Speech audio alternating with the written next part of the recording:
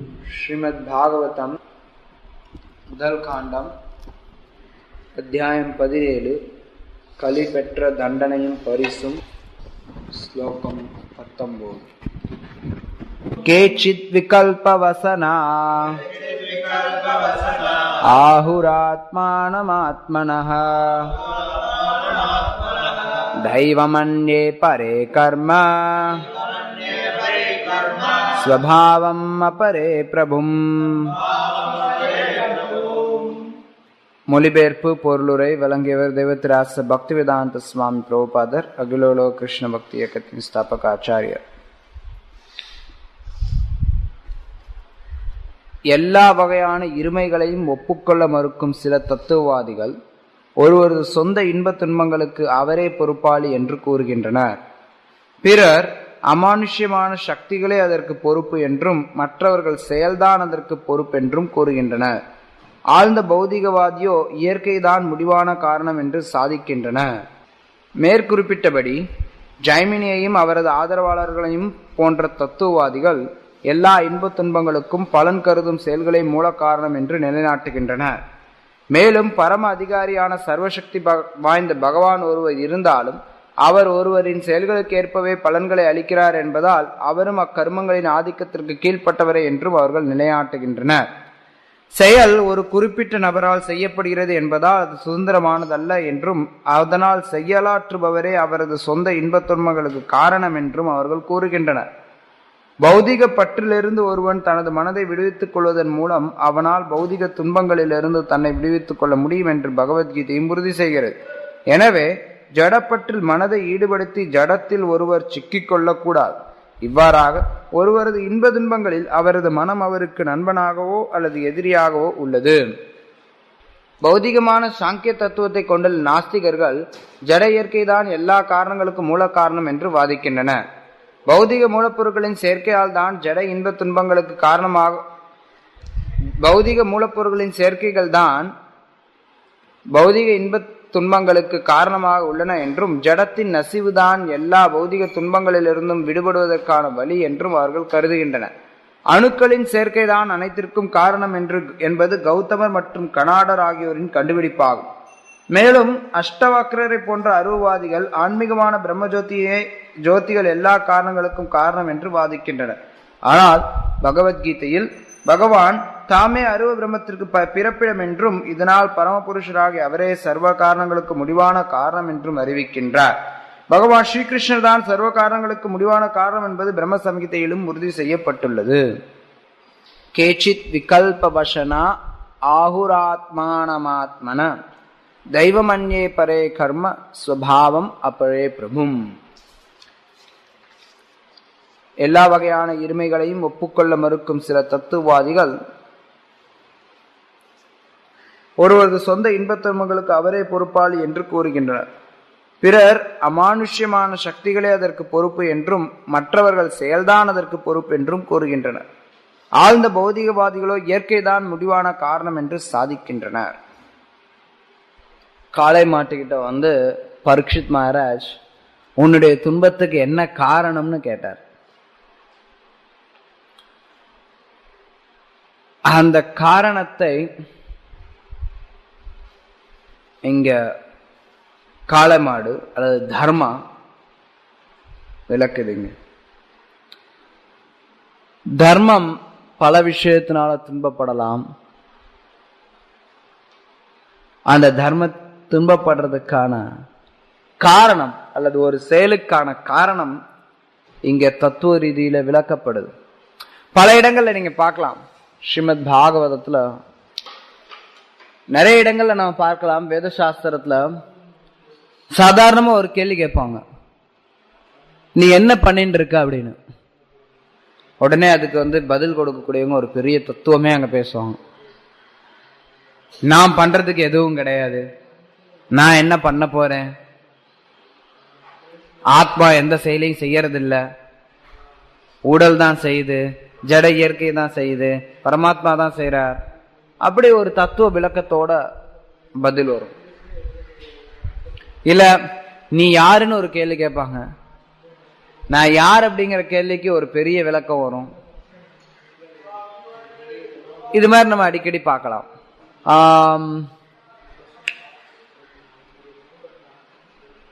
பிரம்மதேவர்கிட்ட குமாரர்கள் ஒரு சில கேள்விகளை கேட்பாங்க.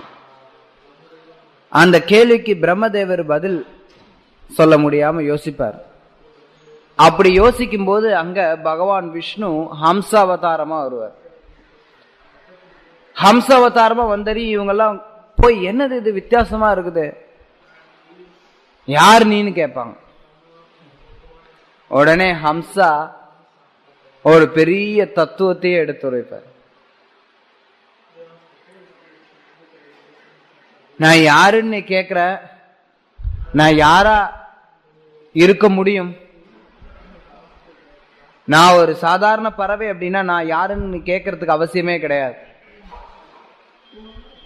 மறைமுகமா சொல்வார், நான் முழுமுதற் கடவுளா இருந்தேன் அப்படின்னா நான் யாருன்னு கேட்க வேண்டிய அவசியமே கிடையாது, உனக்கு தெரிஞ்சிருக்கணும். நான் ஒரு சாதாரண ஜட பொருள்களுடைய கலவையா இருந்தேன் அப்படின்னா நான் யாரு அப்படிங்கிற கேள்விக்கு அர்த்தமே கிடையாது. நானும் நீனு சமமா இருந்திருந்தோம் அப்படின்னா நான் யாருங்கிற கேள்விக்கு அர்த்தமே கிடையாது. ஏன்னா நானும் நீயும் சமம் அப்படின்னா நான் யார் அப்படிங்கிற கேள்வி நீங்க ஏன் கேட்கணும்? நானும் நீனும் சமம் தான், அப்ப நான் யார் அப்படிங்கிற கேள்விக்கு அர்த்தமே இல்லை. அது மாதிரி நீண்ட ஒரு தத்துவ விளக்கத்தை கொடுப்பார் ஹம்சா, பகவான் ஹம்சா. இங்க பார்த்தோம் அப்படின்னா அதே மாதிரி உன்னுடைய துன்பத்துக்கு யார் பொறுப்பு அப்படின்னு கேள்வி கேட்கிறார். என்ன காரணம்னு கேள்வி கேட்கிறார் பரீட்சித் மகாராஜ். கலிபுருஷன் தான் என் காலெல்லாம் வெட்டுறான் அப்படின்னு சொல்லியிருக்கலாம், தெரியும். தர்மாவுக்கு தெரியாத விஷயம் கிடையாது. ஆனா காரணத்தை வெறுமன் அப்படி சொல்லல. தர்மம் முந்தின ஸ்லோகத்துல நாம் பார்க்கிறோம்,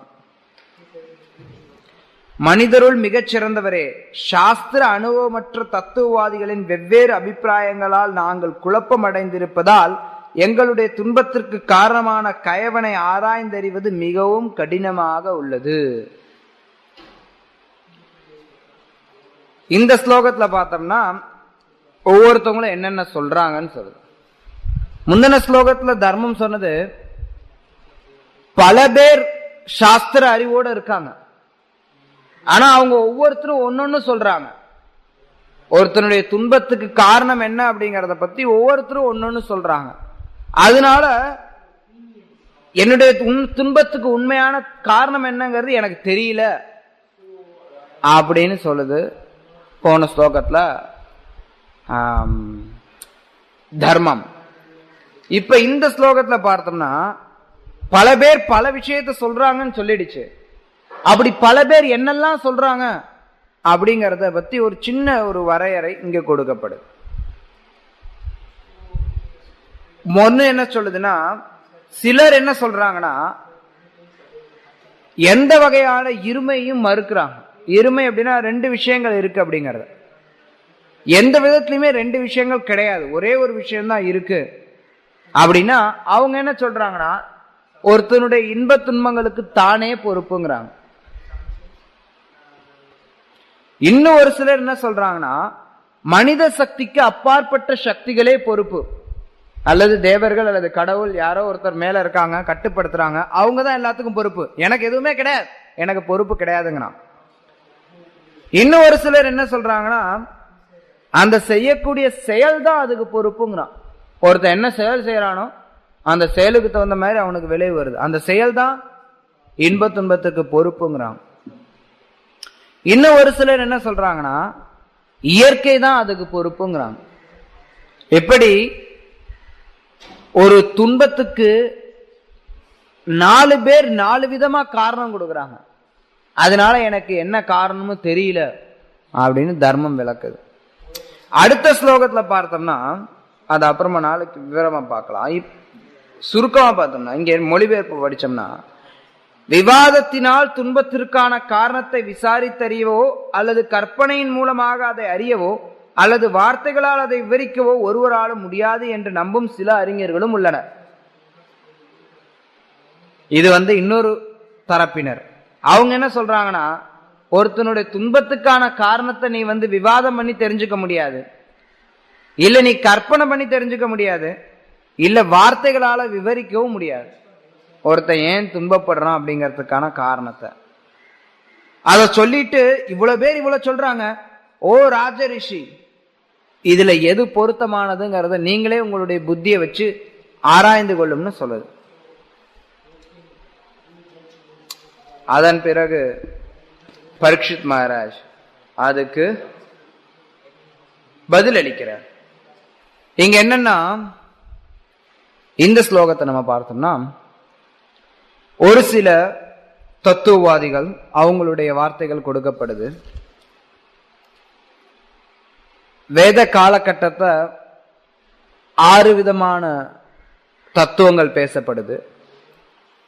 6 விதமான தத்துவங்கள் பேசப்பட்டாலும் அதில் 5 விதமான தத்துவங்கள் பக்குவமற்றவை அல்லது போலியானவைன்னு சொல்லலாம், அல்லது மக்களை தவறா வழிநடத்தக்கூடியவைன்னு சொல்லலாம். அது எல்லாமே கைத்தவ தர்மம். கைத்தவ தர்மம் அப்படின்னா மக்களை ஏமாற்றக்கூடிய போலியான தர்மம்.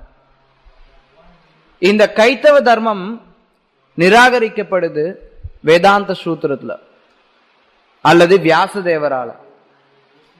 வியாசதேவர் 6 தத்துவங்கள்ல இறுதி தத்துவமான வேதாந்தத்தை கொடுக்கிறார். வேதாந்தம் அப்படின்னா வேதங்களுடைய முடிவு, அந்தம், வேதாந்தம். முதல்ல வைசேஷிக தத்துவம், அதனுடைய ஆசிரியர் கனாடார். நியாயசாஸ்திரம் கௌதமர். சாங்கிய தத்துவம் கபிலர். அஷ்டாங்க யோகம் பதஞ்சலி. கர்ம மீமாம்சா ஜைமினி. வேதாந்தா வியாசதேவர். 6 பேர் 6 தத்துவத்தை கொடுக்குறாங்க. எனக்கு குழப்பமா இருக்குன்னு சொல்லி தர்மம் சொல்லுது. ஆனா இதுல 5 பேர் சொல்லக்கூடியது எல்லாமே போலியான தத்துவங்கள். அத வியாசதேவர் தன்னுடைய வேதாந்த சூத்திரத்துல நிலைநாட்டுறார். வியாசதேவர் வேதாந்த சூத்திரத்துல தெளிவுபடுத்துறார். இந்த 5 தத்துவங்களும், அதாவது வைசேஷிகா, நியாயா, பதஞ்சலி அஷ்டாங்க யோகா, சாங்கியா, கர்ம மீமாம்சா, இது எல்லாம் எப்படி தவறானது அப்படிங்கறத ஸ்ரீமத் பாகவதத்துல அல்லது குறிப்பா சொன்னா வேதாந்த சூத்திரத்துல வியாசதேவர் விளக்குறார். வேதாந்த சூத்திரம் ஒருத்தர் படிக்கணும் அப்படின்னா அவங்களுக்கு இதெல்லாம் தெரிஞ்சிருக்கணும். வைசேஷிகா, நியாயா, கர்ம மீமாம்சா, சாங்கியா, அஷ்டாங்க யோகா, இந்த 5 தெரிஞ்சிருந்தாதான் வேதாந்தத்தை ஒருத்தனால புரிஞ்சுக்க முடியும். ஏன்னா பல இடங்கள்ல வேதாந்தத்துல வியாசதேவர் இந்த 5ஐயும் தோற்கடிக்கிறார். இன்னொரு விதத்துல பார்த்தோம்னா வேதாந்தத்துக்கு வியாக்கியானம் கொடுத்தவங்க கூட, அதாவது சங்கரர், மத்வர், ராமானுஜர் பிரபலமா அறியப்படுறாங்க. கௌடிய சம்பிரதாயத்துல பலதேவ் வித்யாபூஷன், இவங்களும் கூட பார்த்தோம்னா இந்த 5ஐயும் வேதாந்த சூத்திரத்துக்கான வியாக்கியானத்துல தோற்கடிக்கிறாங்க. வேதாந்தத்தை பேசக்கூடியவங்க மத்தியில வேறுபாடு இருக்கு, அது இன்னொரு பெருசாக. வேதாந்தத்தை பேசக்கூடியவங்க எல்லாருமே இந்த 5ஐயும் தோற்கடிக்கிறாங்க. வைசேஷிகா, கர்ம மீமாம்சா, சாங்கியா, நியாயா, யோகா, இந்த 5ஐயும் வேதாந்தத்தை பேசக்கூடியவங்க எல்லாரும் தோற்கடிக்கிறாங்க. வேதாந்தத்தை பேசக்கூடியவங்க மத்தியில பார்த்தோம்னா அங்க வித்தியாசம் வருது. ஒருத்தர் என்ன சொல்றாங்க, எல்லாமே பிரம்மன் தாங்கிறான், வேதாந்தத்தை வச்சு நிலைநாட்டுவாங்க. சங்கரர். ராமானுஜர் என்ன சொல்றார், வேதாந்தத்தை, அதே வேதாந்தத்தை வச்சு எல்லாமே பிரம்மன் தான், ஆனா அதுல தனிப்பட்ட தன்மைகள் இருக்குன்னு சொல்றார். மத்வர் அதே வேதாந்தத்தை வச்சு ரெண்டு விஷயங்கள் இருக்கு, பேதம் நிறைய, ஒவ்வொரு விஷயத்துக்கும் நடுவுல பேதம் இருக்கு அப்படிங்கறத விளக்குறார்.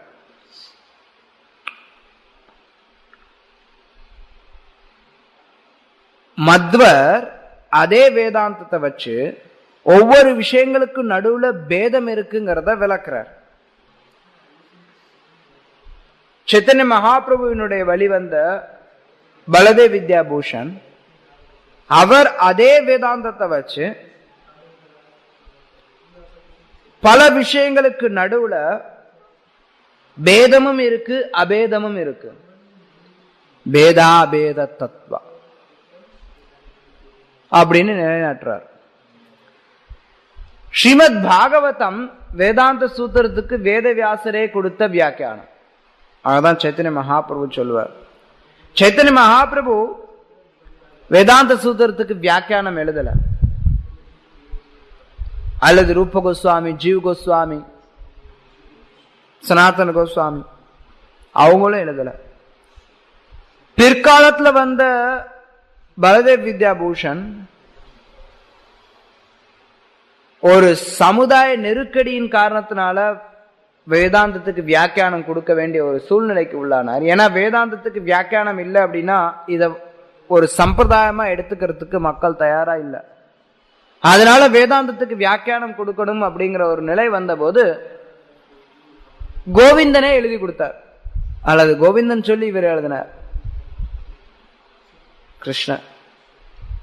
அதனால அவருடைய பாஷ்யம் கோவிந்த பாஷ்யம் அப்படின்னு அழைக்கப்படுது.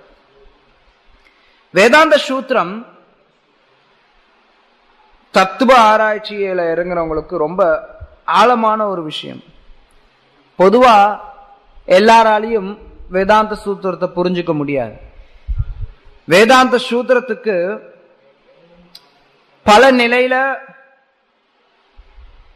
இவங்கெல்லாம் வியாக்கியானம் கொடுத்தாங்க. விருத்தி கொடுத்தவங்க ஒரு சிலர் இருக்காங்க.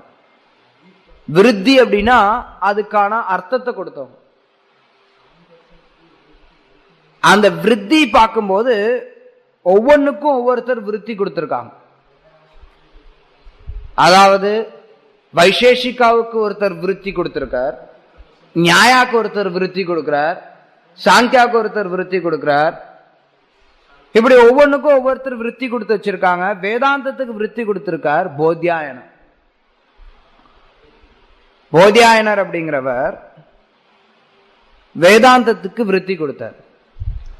போத்யாயன விருத்தி பார்த்தோம்னா அவர் அதுல என்ன சொல்றார் அப்படிங்கறத கூட புரிஞ்சுக்க முடியாது. அது விருத்தி கொடுத்தார், அந்த விருத்திய புரிஞ்சுக்க முடியாது. போத்யாயன விருத்தி அதுதான் வேதாந்த சூத்திரத்துக்கு வியாக்கியானம் கொடுக்கிறவங்க எல்லாரும் போத்யாயன விருத்திய அடிப்படையா வச்சு கொடுப்பாங்க. போத்யாயன விருத்தி அவ்வளவு எளிமையா கிடைக்கல ஒரு காலத்துல. சங்கரர் இருந்தப்ப இந்த சாங்கியா, மீமாம்சா இதெல்லாம் ரொம்ப தலைவிரிச்சு இருந்தது. சங்கரரும் சாங்கியா பத்தி பேசுறார், ஆனா சங்கரருடைய தத்துவம் சாங்கியா கிடையாது, வேதாந்தா. உண்மையில வேதாந்தத்துல பார்த்தோம்னா இது எல்லாமே ஒரு பக்கம் அடங்கும். கர்ம மீமாம்சா, வைசேஷிகா, நியாயா, சாங்கியா, யோகா, இது எல்லாமே வேதாந்தத்துல வரும். ஆனா வேதாந்தம் என்ன சொல்லுதுன்னா இது எல்லாமே பக்குவமானது கிடையாது. அதாவது உதாரணத்துக்கு சாங்கியாவை நம்ம எடுத்துக்கிறோம். ஆமா, வாஸ்தவம் தான், சாங்கியா உண்மைதான். சாங்கிய தத்துவத்தினுடைய கூற்று என்னன்னா எது உண்மை எது போலி அத பிரிச்சு பார்க்கக்கூடிய தன்மை. சாங்கிய தத்துவம் பக்தியோடு இணைக்கவும் படலாம், பக்தியிலிருந்து பிரிக்கவும் படலாம். இங்க பொதுவா சாங்கிய தத்துவம்னு 6 தத்துவங்கள்ல ஒன்னா சொல்றமே, அத கொடுத்த கபிலர் பக்தியினுடைய அடிப்படையில கொடுக்கல.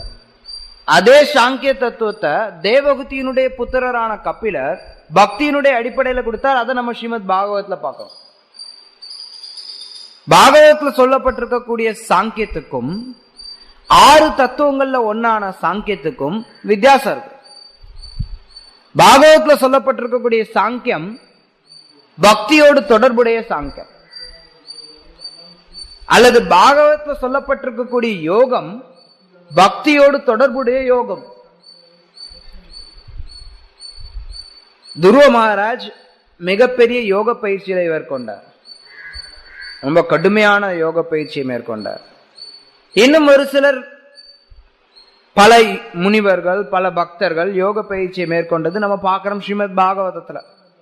அவர்களுடைய யோக பயிற்சியும் பதஞ்சலியினுடைய யோக பயிற்சியும் வெவ்வேறு. கர்மா எப்படி கர்மம் இயங்குது அப்படிங்கறத பத்தி நிச்சயமா பாகவதமும் விளக்குது, வேதாந்த சூத்திரமும் விளக்குது, உபனிஷத்துகளும் விளக்குது. ஆனா அந்த கர்மமானது கர்ம மீமாம்சால விளக்கக்கூடிய கர்மத்துல இருந்து வேறுபட்டு இருக்கு. அதே மாதிரி ஒன்னொன்னையும் நம்ம பார்க்கலாம். நியாயா ரொம்ப ரொம்ப அவசியம். நியாயா இல்லாம ஒரு விஷயத்தை புரிஞ்சுக்கிறதுங்கிறது கொஞ்சம் ரொம்ப கடினமான. ஆனா வெறும் நியாயம் மட்டுமே எதுக்கும் தீர்வு அமையாது. நியாயத்தை வைத்தே ஒரு முடிவுக்கு வர முடியாது. பல விஷயங்கள்ல நம்ம நியாயத்தை மட்டும் அடிப்படையா வச்சோம்னா பிரச்சனை வரும். நிறைய பேர் வாதம் பண்றதுக்கு இந்த நியாயாவை உபயோகப்படுத்துவாங்க. இப்படியும் பேசலாம், அப்படியும் பேசலாம், அங்கிட்டும் பேசலாம், இங்கிட்டும் பேசலாம், எங்கிட்ட வேணாலும் பேசலாம். ஒருத்தனுடைய நியாயம் இன்னொருத்தனுக்கு நியாயம் மேட்ச் ஆகாது. அதனால பாகவதத்துல ஏற்றுக்கொள்ளக்கூடிய நியாயா பார்த்தோம்னா, அல்லது வேதாந்தத்தை ஏற்றுக்கொள்ளப்படக்கூடிய நியாயா பார்த்தோம்னா, வேதாந்தத்தினுடைய கொள்கையை விளக்கறதுக்காக நியாயா இருக்குமோ இல்லையா, நியாயா வைத்து தத்துவத்தை கொண்டு வர மாட்டாங்க.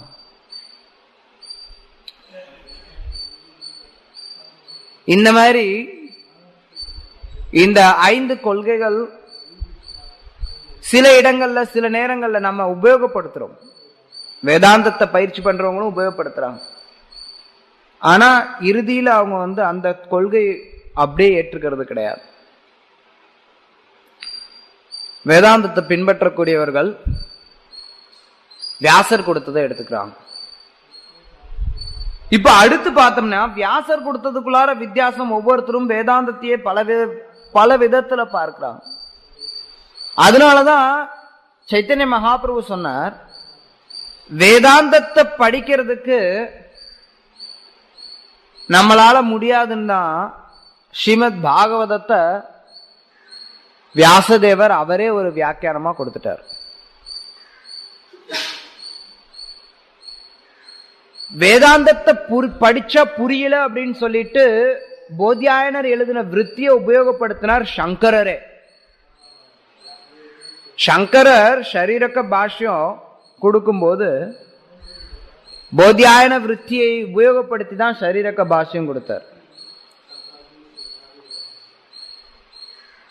அதனாலதான் நம்ம பார்த்தோம்னா, ராமானுஜர் தன்னுடைய பாஷ்யத்தை அல்லது ஸ்ரீ பாஷ்யத்தை கொடுக்கறதுக்கு முன்னாடி அவர் ஸ்ரீ பாஷ்யத்தின் மூலமா ஷரீரக பாஷ்யத்தை தோற்கடிக்கணும் அப்படிங்கிற ஒரு பணி அவர்கிட்ட இருந்தது. அதனால அவருக்கு போத்யாயன விருத்தி வேணும். ஏன்னா சங்கரர் பல இடங்கள்ல போத்யாயன விருத்தியை தான் மேற்கோள் காட்டுறார். ராமானுஜர் எங்கேயுமே போத்யாயன விருத்தி கிடைக்கலன்னு சொல்லி காஷ்மீர் போய் அங்கிருந்து திருடிட்டு வந்தார் ஒரு விதத்துல. அது எல்லாருக்கும் தெரியும் அந்த கதை. எப்படி ராமானுஜர் போத்யாயன விருத்திய காஷ்மீர்ல இருந்து கொண்டு வந்தார் அப்படின்னு.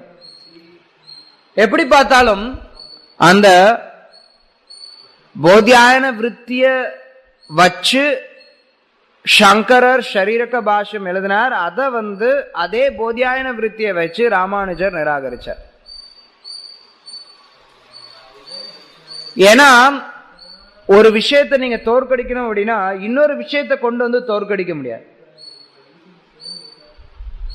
அவன் சொல்றதுலயே அவனுக்கு குத்தத்தை கண்டுபிடிச்சோம்னா அதை எளிமையா தோற்கடிக்கலாம். அததான் ராமானுஜர் மத்வர் ரெண்டு பேரும் உபயோகப்படுத்தினாங்க. அதனாலதான் பார்த்தோம் அப்படின்னா ராமானுஜர் மத்வர் ரெண்டு பேருமே சங்கரர் எந்த உபநிஷத்துக்களை எடுத்தாரோ அதே உபநிஷத்தை வச்சு அவங்கள தோற்கடிப்பாங்க. உண்மையில முக்கியமா 10 உபநிஷத் சொல்றாங்க, சிலர் 11 உபநிஷத் சொல்லுவாங்க. 10 அல்லது 11 உபநிஷத் இது சங்கரர் உபயோகப்படுத்தினது. அதுதான் முக்கியமான உபநிஷத்து நம்ம சொல்லிட முடியாது. கௌடி வைஷ்ணவ ஆச்சாரியர் சொல்றது பிரகாரம் கோபால தாபனி உபநிஷத் ரொம்ப முக்கியமான உபநிஷத். ஆனா கோபால தாபனி உபநிஷத் அவங்க முக்கியமான உபநிஷத்தா எடுத்துக்க மாட்டாங்க. குறிப்பிட்ட காரணம் எதுவும் கிடையாது. சங்கரர் 10 உபநிஷத்தை எடுத்து வியாக்கியானம் கொடுத்ததுனால அதே 10 உபநிஷத்தை வச்சு நீ சங்கரருடைய வியாக்கியானத்தை தோற்கடிச்சோம் அப்படின்னா அதுல ஒரு பெருமை இருக்கு.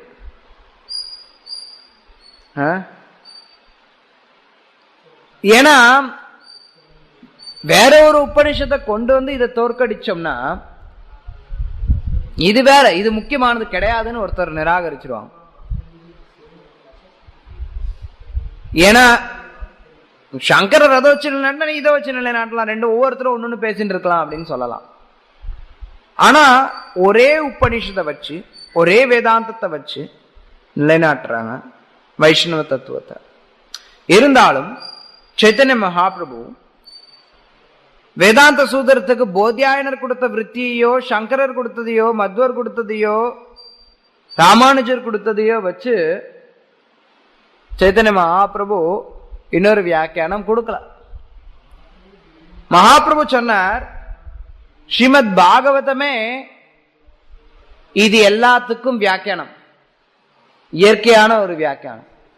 ஸ்ரீமத் பாகவதம் வேதாந்த சூத்திரத்துக்கு வேதவியாசரே கொடுத்த வியாக்கியானம்.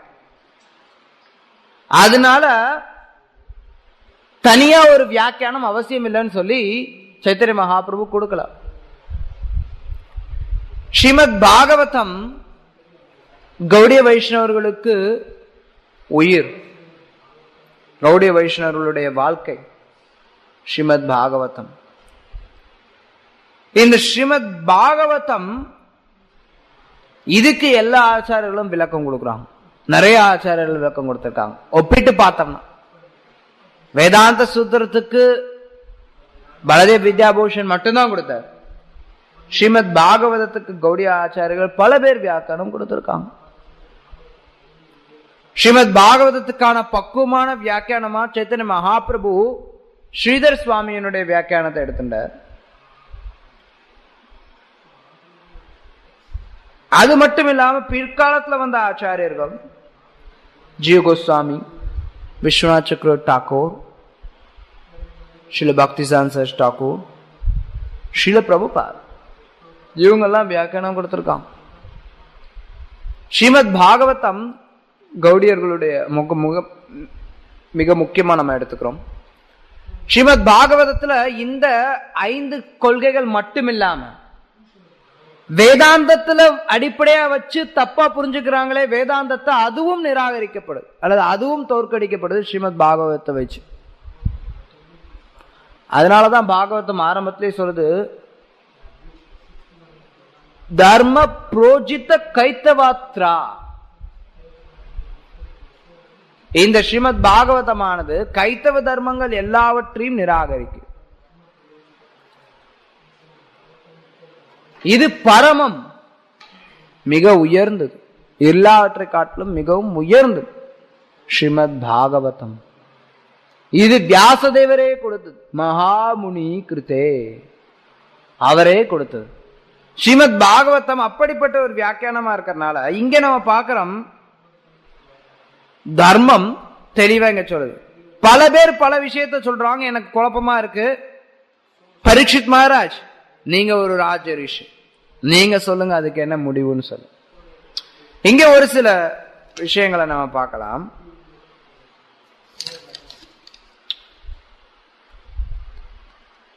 வைசேஷிகர்கள் என்ன சொல்றாங்கன்னா, எல்லாத்துக்கும் அந்த ஆத்மா தான் பொறுப்பு, அல்லது ஒவ்வொருத்தரும் தனிப்பட்ட ரீதியில அவனே பொறுப்புன்னு சொல்லி வைசேஷிகார் சொல்றான். கனடர், வைசேஷிக தத்துவத்தை கொடுத்த கனடர், அவர் சொல்றார் எல்லாத்துக்கும் நான் தான்பா காரணம், எனக்கு என்ன நடக்குதோ எல்லாத்துக்கும் நான் தான் காரணம். அதுல ஒரு பிரச்சனை வருது. எல்லாத்துக்குமே நான் தான் காரணம் அப்படின்னா, அப்ப சில விஷயங்கள், நான் நினைக்கக்கூடிய விஷயங்கள் நடக்க மாட்டேங்குதே. எல்லா விஷயத்துக்கும் நான் தான் காரணம் அப்படின்னா பல பிரச்சனைகள் அதுல வரும். எல்லா விஷயத்துக்கும் நானே காரணமா இருந்தேன் அப்படின்னா, அப்ப இந்த அந்த இடத்துல ஒரு மின் விசிறி ஓடாம இருக்கு, அந்த ஓடாம இருக்க மின் விசிறிக்கு நான் தான் காரணமா? சரி, அது அடுத்தவனுக்குமா? உடனே அவன் என்ன சொல்லுவான், வைசேஷிகா உடனே சொல்லுவான், அது உணர்ல இருந்து அப்பாற்பட்டு இருக்கு, உனக்கு நடக்கக்கூடிய இன்ப துன்பத்துக்கு நீதான் காரணம் அப்படிமா. சரி, எனக்கு நான் இப்ப மழையில நனைஞ்சேன்னா காய்ச்சல் வருது, அப்ப மழையில நனைஞ்சதுக்கு நான் தான் காரணமா? நான் தான் காரணம், நான் தானே போய் மழையில நனைஞ்சேன். ஆனா ஏன் நான் சாதாரண ரோட்ல போறேன், ஒரு தடவை ரோட்ல போகும்போது எனக்கு வியாதி வர மாட்டேங்குது, இன்னொரு தடவை ரோட்ல போகும்போது வியாதி வருது, அப்ப மழை தானே காரணம்? மழை காரணமா, ஒரு மழையில நனைஞ்ச நான் காரணமா? மழை பொழிந்தது காரணமா, இல்ல மழையில நான் போய் நனைஞ்சது காரணமா? இல்ல ஒரு சில நேரம் பார்க்கலாம், அதே மழை பெய்யும், அதே மனுஷன் தான் நான் அதே மழையில நனையும் போது சில நேரம் எனக்கு காய்ச்சல் வரும், சில நேரம் காய்ச்சல் வராது. அப்ப என்ன காரணம்? அதுக்குதான் ஒவ்வொருத்தரும் ஒண்ணு சொல்றாங்க. வைசேஷிகா என்ன சொல்ற, நீ போய் மழையில நனைஞ்ச நீ தாண்டா காரணங்கிறார்.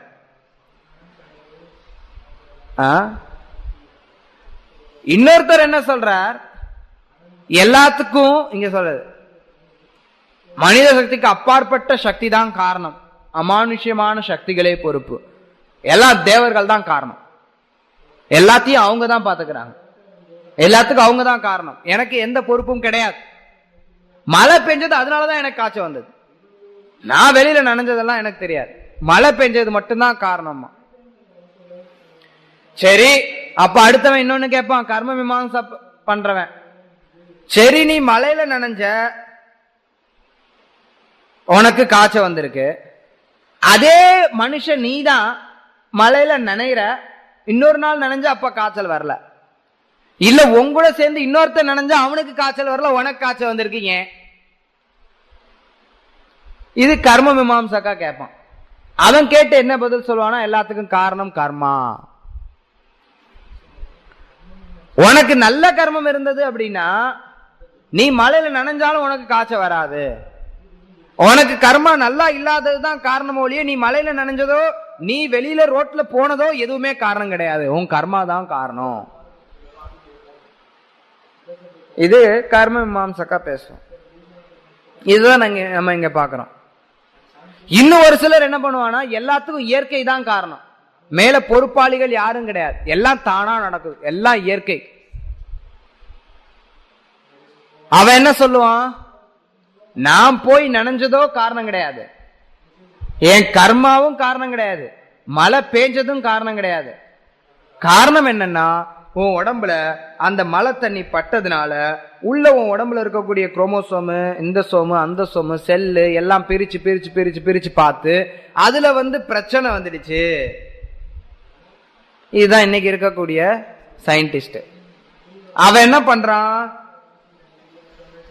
ஏதாவது ஒண்ணு நடக்கும்போது என்ன காரணமா சொல்ல மாட்டான், மேல இருக்கக்கூடிய தேவர்கள் காரணம்ங்கிறதையும் எடுத்துக்க மாட்டான், கர்மா காரணங்கிறதையும் எடுத்துக்க மாட்டான், எல்லாத்துக்கும் ஜட இயற்கை தான் காரணம்னு எடுத்துப்பான். ஏறக்குறைய சாங்கியா இன்னைக்கு இருக்கக்கூடிய விஞ்ஞானிகள். அப்ப என்ன ஆகுது, இது எல்லாமே ஒரு விதத்துல பார்க்கும்போது சரி மாதிரி தெரியும். நான் போய் மலையில நனைஞ்சதுனாலதான் எனக்கு சளி பிடிச்சது. அப்ப யாரு காரணம்? நான் தான் காரணம். மழை ஏன் வந்தது? நான் தினமும் வெளியில போயிட்டு தான் இருக்கேன். ஏன் இன்னைக்கு மழை வந்தது? தேவர்கள் தான் காரணம். அவன் தான் என் காய்ச்சலுக்கு காரணம். இந்திரர் தான் என் காய்ச்சலுக்கு காரணம். ஆமா, ஒரு விதத்துல சரிதான். சரி, என்னோட சேர்ந்து சாதுவும் வந்தாரே, சாதுவுக்கு காய்ச்சல் வரலையே, நல்ல கர்மா இருக்கு அவருக்கு. கர்மா தான் காரணம். என்ன நினைஞ்சாலும் காய்ச்சல் வராது. ஏன் அவருக்கு அப்ப கர்மா அவருக்கு வேற மாதிரி வேலை செய்யுது? அதுவும் ஒரு விதத்துல பார்த்தா சரியாத்தான் தெரியுது. இன்னொரு விதத்துல பார்த்தா சாங்கியாவும் சரியா தெரியலாம். ஏன்னா சாங்கிய பிரகாரம் பார்த்தோம்னா அவர் உடம்புல நல்ல ரத்தம் ஓடலாம், நல்ல உடல் அமைப்புகள், தோல்லாம் வலுவா இருக்கலாம், உள்ள இருக்கக்கூடிய விஷயங்கள் உள்ள இறங்காம இருக்கலாம். அதுவும் காரணமா இருக்கலாம். அப்ப எங்க காரணம் வருது? இது எல்லாமே ஒரு விதத்துல காரணம் தான். வேதாந்தத்தினுடைய காரணம் அதுதான். வேதாந்தம் சொல்லுது சர்வ காரண காரணம் கிருஷ்ணா, ஈஸ்வர பரம கிருஷ்ணா சர்வ காரண காரணம். அவர் தான் எல்லாத்துக்கும் காரணம். அந்த கிருஷ்ணர் எல்லாத்துக்கும் காரணமா இருக்கிறனால அவருக்கு கீழே, அவரோட ஏற்பாட்டின் கீழே இது எல்லாமே பல காரணங்கள் அமையுது. கிருஷ்ணர் இறுதி காரணம், மற்ற பல விஷயங்கள் அதுக்கு உதவக்கூடிய காரணங்கள் ஆகுது. அதுதான் வேதாந்தத்துல இருந்து நம்ம தெரிஞ்சுக்கிறது. எனக்கு ஏன் காய்ச்சல் வந்தது? கிருஷ்ணர் தான் காரணம். அப்ப கிருஷ்ணர் பொறுப்பாயிடுறாரா? காய்ச்சலுக்கு பொறுப்பு கிருஷ்ணரா அப்படின்னா ஒரு விதத்துல அவர் பொறுப்பு. ஆனா முக்கிய பொறுப்பு, இரண்டாவது நிலை பொறுப்பு, மூன்றாவது நிலை பொறுப்புன்னு வருது. பொறுப்புல பங்கு இருக்கு. பல விஷயங்கள் பொறுப்பாளியாகு. கிருஷ்ணர் நிச்சயமா பொறுப்பு, கிருஷ்ணர் நிச்சயமா காரணம். ஏன்னா மழை வர்றதுக்கு யாரு காரணம்? தேவர்கள் காரணம். தேவர்கள் இந்திரன் காரணம். இந்திரன் ஏன் மழையை கொடுக்கிறான்? ஏன்னா கிருஷ்ணருடைய தொண்டுல ஈடுபடுறான். கிருஷ்ணர் அவனுக்கு அந்த வேலையை கொடுத்திருக்காரு. சரி, நான் போய் வெளியில போறேன். நான் வெளியில போனதுக்கு யாரு காரணம்? நான் தான் காரணம். நான் காரணம் ஆகிறதுக்குன்னா இருந்தாலும் என்னுடைய மனதை யாரு வெளியில போக சொன்னது? எனக்கு யாரு வழிகாட்டுறது? என் கை காலெல்லாம் எப்படி இயக்கிறது? எனக்கு யாரு உள்ள இருந்து வழிகாட்டுறது? பரமாத்மா. அப்ப கிருஷ்ணர் அங்கேயும் காரணமாகிறார். ஒரு ஸ்டெப் மேல போய் பார்த்தோம்னா ஒவ்வொருத்தருடைய கர்மா காரணம். கர்மா ஒவ்வொருத்தனுக்கும் இதுதான் அப்படிங்கறது நிர்மாணிக்கிறது யாரு? கிருஷ்ணர். கர்மாணி நிர்தகதி கிந்துச்ச பக்தி பாஜம். எல்லா ஜீவன்களும் கர்மத்தின் அடிப்படையில செயல்பட்டு இருக்காங்க. ஆனா கோவிந்தமாதி புருஷம், அந்த கோவிந்தன் தான் எல்லாத்துக்கும் காரணமாகிறார். கர்மத்துக்கு காரணமும் அவர் தான். சாங்கியா இதெல்லாம் சாங்கியா இது எல்லாமே யாரோடது? கிருஷ்ணரோடது தான். பின்னா பிரகிருதி ரஷ்டதா எல்லாமே கிருஷ்ணருடையதுதான். அப்ப ஒரு விதத்துல பார்த்தோம்னா எல்லாத்துக்கும் கிருஷ்ணர் காரணமா இருக்கிறார். இறுதி காரணம் கிருஷ்ணர். மற்றவர்களும் மற்ற விஷயங்களும் பூர்ணமா நிராகரிக்கப்படுறது கிடையாது வேதாந்தத்துல. கர்ம மீமாம்சகாசை எடுத்துக்கிட்டீங்கன்னா வைசேஷிகாவை முற்றிலுமா நிராகரிச்சிருவான், சாங்கியாவை முற்றிலுமா நிராகரிச்சிருவான், இது எல்லாத்தையும் முற்றிலுமா நிராகரிச்சிருவான். கர்மா மட்டும்தான் காரணம். மேல உயிர்வாளிகள் யாரும் கிடையாது. அப்படி இருந்தாலும் அவங்களும் அவங்களுடைய கர்ம பிரகாரம் செயல்படுறாங்க. எல்லாமே கர்மம் தான் விளக்குவோம். அதனால வேதாந்தம் இந்த அஞ்சையும் மட்டும் அப்படியே எடுத்துக்கிட்டு இதுதான் ஒண்ணுதான் அப்படின்னு சொல்றது கிடையாது. வேதாந்தம் தெளிவா விளக்குது. கர்மம் காரணம்தான், ஜட மூலக்கூறுகள் காரணம்தான், பகவான் காரணம்தான், தேவர்கள் காரணம்தான், எல்லாமே காரணம்தான். சர்வ காரணத்துக்கும் காரணமா இருக்கக்கூடியவர் கிருஷ்ணர். இதை நிலைநாட்டக்கூடியது வேதாந்தம். ஹரே கிருஷ்ணா. ஏதாவது கேள்வி இருந்தா கேட்கலாம்.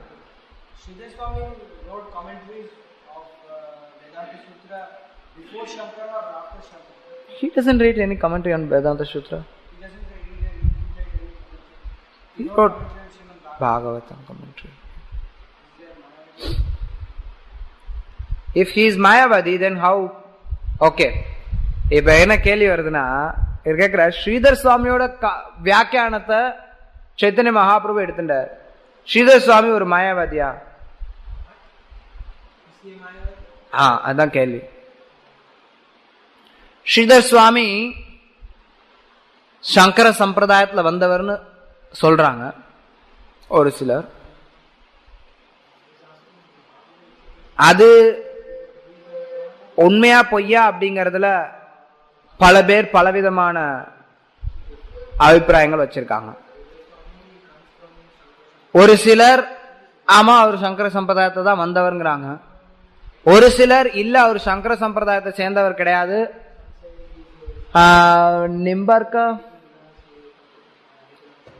நிம்பர்கரோ குமாரரோ ஏதோ ஒரு அந்த வேற ஒரு வைஷ்ணவ சம்பிரதாயத்தை சேர்ந்தவர்னு ஒரு சிலர் சொல்றாங்க.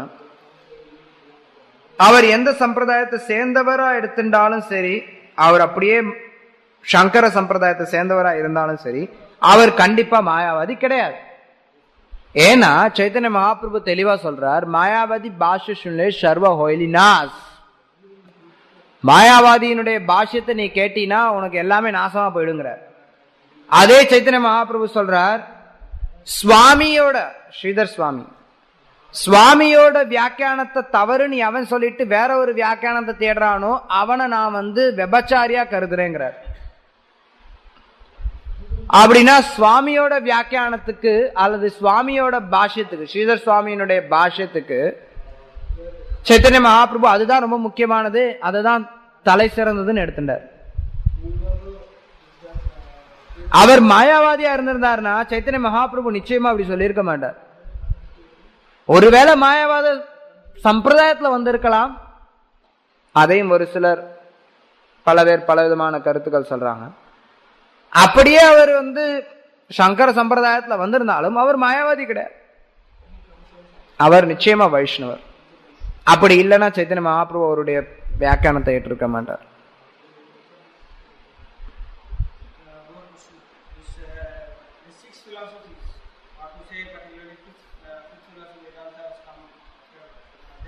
You see the rest of the 5 philosophies were there before Vyasdeva was existing, before Vedas were actually compiled. Is it so? இந்த 5 தத்துவமும் வியாசதேவருக்கு முன்னாடி இருந்ததா? These tattvas were there every time, and these people have come and established their philosophy. That's what my understanding is. அதாவது இவங்க 5 பேரும் வியாசதேவருக்கு முன்னாடியே இத பேசிட்டாங்களா? ஒரு விதத்துல ஆமா. உண்மையில சொல்ல போனோம்னா இந்த தத்துவங்கள் எல்லா நேரத்திலையும் இருக்கு. எல்லாரும் எல்லா நேரத்திலையும் குழப்பம் அப்படிங்கிறது இருக்கும். அதுக்காக தான் தத்துவ தர்ஷி வேணும், தத்துவவாதி வேண்டாம். தத்துவவாதிக்கும் தத்துவ தர்ஷிக்கும் வித்தியாசம் இருக்கு. கிருஷ்ணர் சொல்றார் கீதையில, நீ ஒரு தத்துவ தர்ஷியை போய் அணுகு. ஒருத்தன் தத்துவ தர்ஷியை போய் அணுகணும்னு கிருஷ்ணர் சொல்றார் கீதையில. எங்க சொல்றார்? தத்வித்தி பிரணிபாத்தேன பரிப்ரஷ்னேன சேவையா உபதேக்ஷந்தி தே ஞானம் ஞானினஸ் தத்துவதர்ஷினா. ரொம்ப முக்கியமான ஸ்லோகா. தத்துவதர்ஷியை அணுகணும்னு கிருஷ்ணன் சொல்றார், தத்துவவாதி இல்ல. தத்துவவாதிக்கும் தத்துவதர்ஷிக்கும் வித்தியாசம் இருக்கு. உண்மையில சொல்ல போனா தத்துவா அப்படிங்கிறது அது இன்னொரு, எல்லாமே தத்துவா கிடையாது. இதெல்லாம் தத்துவா கிடையாது. ஒரு சில நேரத்தை சொல்லுவோம் 6 விதமான தத்துவம் அப்படின்னு சொல்லுவோம். உண்மையில 6 விதமான தத்துவம் கிடையாது. 6 தத்துவங்கள் கிடையாது. தத்துவம் ஒன்னே ஒண்ணுதான், வேதாந்தம் மட்டும்தான் தத்துவம். மிச்சது எல்லாமே வாதம் தான். வேதாந்தத்திலையும் அச்சிந்த பேதா தான் தத்துவம், மிச்சது எல்லாமே வாதாதான். சங்கரருடையது என்ன வாதா? மாயாவாதா அல்லது அத்வைத்தவாத, விசிஷ்ட அத்வைத்தவாத, துவைத்தவாத, அச்சிந்த பேத தத்துவம். தத்துவம் அப்படின்னா உண்மை. ஏன்னா எப்படி பார்த்தாலும் வேதாந்தம் தத்துவம், வேதாந்த தத்துவம். அதுக்கு முன்னாடியே மற்ற எல்லா விதமான விஷயங்களும் இருந்தது. அதெல்லாம் ஒரு சிலர் வடிவம் கொடுத்தாங்க. கன்னடர், கபிலர், இவங்கெல்லாம் ஒரு அதுக்குன்னு ஒரு வடிவம் கொடுக்குறாங்க. அதை அதுக்குன்னு ஒரு வியாக்கியானம் எழுதி அதை ஒரு வரைப்படுத்தி கொடுக்குறாங்க. எப்படி வேதாந்த தத்துவம் வியாசதேவர் கொடுத்தாரு. ஆனா வியாசதேவருக்கு முன்னாடி வேதாந்த தத்துவம் கிடையாதுங்கிறது கிடையாது. வேதாந்த தத்துவம் நித்தியமா இருக்கு. ஆனா அந்த வேதாந்த தத்துவத்தை வியாசதேவர் ஒரு வடிவம் படுத்தி கொடுக்கிறார். அவ்வளவுதான். Some devotees argued with me that I told this point, others are all Radas. Achinta Veda is only the Tattva. They said that actually, yeah, it is right, but when you put forward when you are having a debate regarding a point, philosophical point, then Achinta Veda is also a Vada. And that is a Vada. வெளியில போய் ஒரு விதத்துல வாதம் பண்ணும்போது அச்சிந்த பேதமும் ஒரு வாதமா தான் எடுத்துப்பாங்க. அதை தத்துவமா எடுத்துக்க மாட்டாங்க. நிச்சயமா நம்ம தத்துவபூர்வமா நிலைநாட்டணும். But as such, the nature of Achinta Veda is actually Tattva. It's not Vada. Yes. Even if you put in argumentative way also. Yes. But still, when it comes to the argument, it is an argument. You have to put forward your arguments with logic, and not logic with shastric pramanas. Otherwise, it's not. Yeah, we have to establish. But You can't just say that this is the fact. You have to accept. Not like that. You have to prove how it is a fact. The Achinta Veda Tattva also was there in the Shastra since time immemorial, but Mahaprabhu manifested it. Mahaprabhu put forward a name for it and explained. It's just that Srimad Bhagavatam. There is no separate. Chaitanya Mahaprabhu எதுவும் புதுசா தத்துவம் எதுவும் கொடுக்கல. அச்சிந்த பேத தத்துவம் அப்படிங்கிறது சைத்தன்ய மகாபிரபு புதுசா கொடுத்தது ஒண்ணும் கிடையாது. அச்சிந்த பேத தத்துவம் சாஸ்திரத்துல இருக்கு. பாகவதம் பேசுறது முழுக்க அச்சிந்த பேத தத்துவம். பகவத்கீதையில கிருஷ்ணர் பேசுறது முழுக்க அச்சிந்த பேத தத்துவம் தான். हरे कृष्ण. श्रीमद् भागवतम की जय. श्रील प्रभुपाद की जय.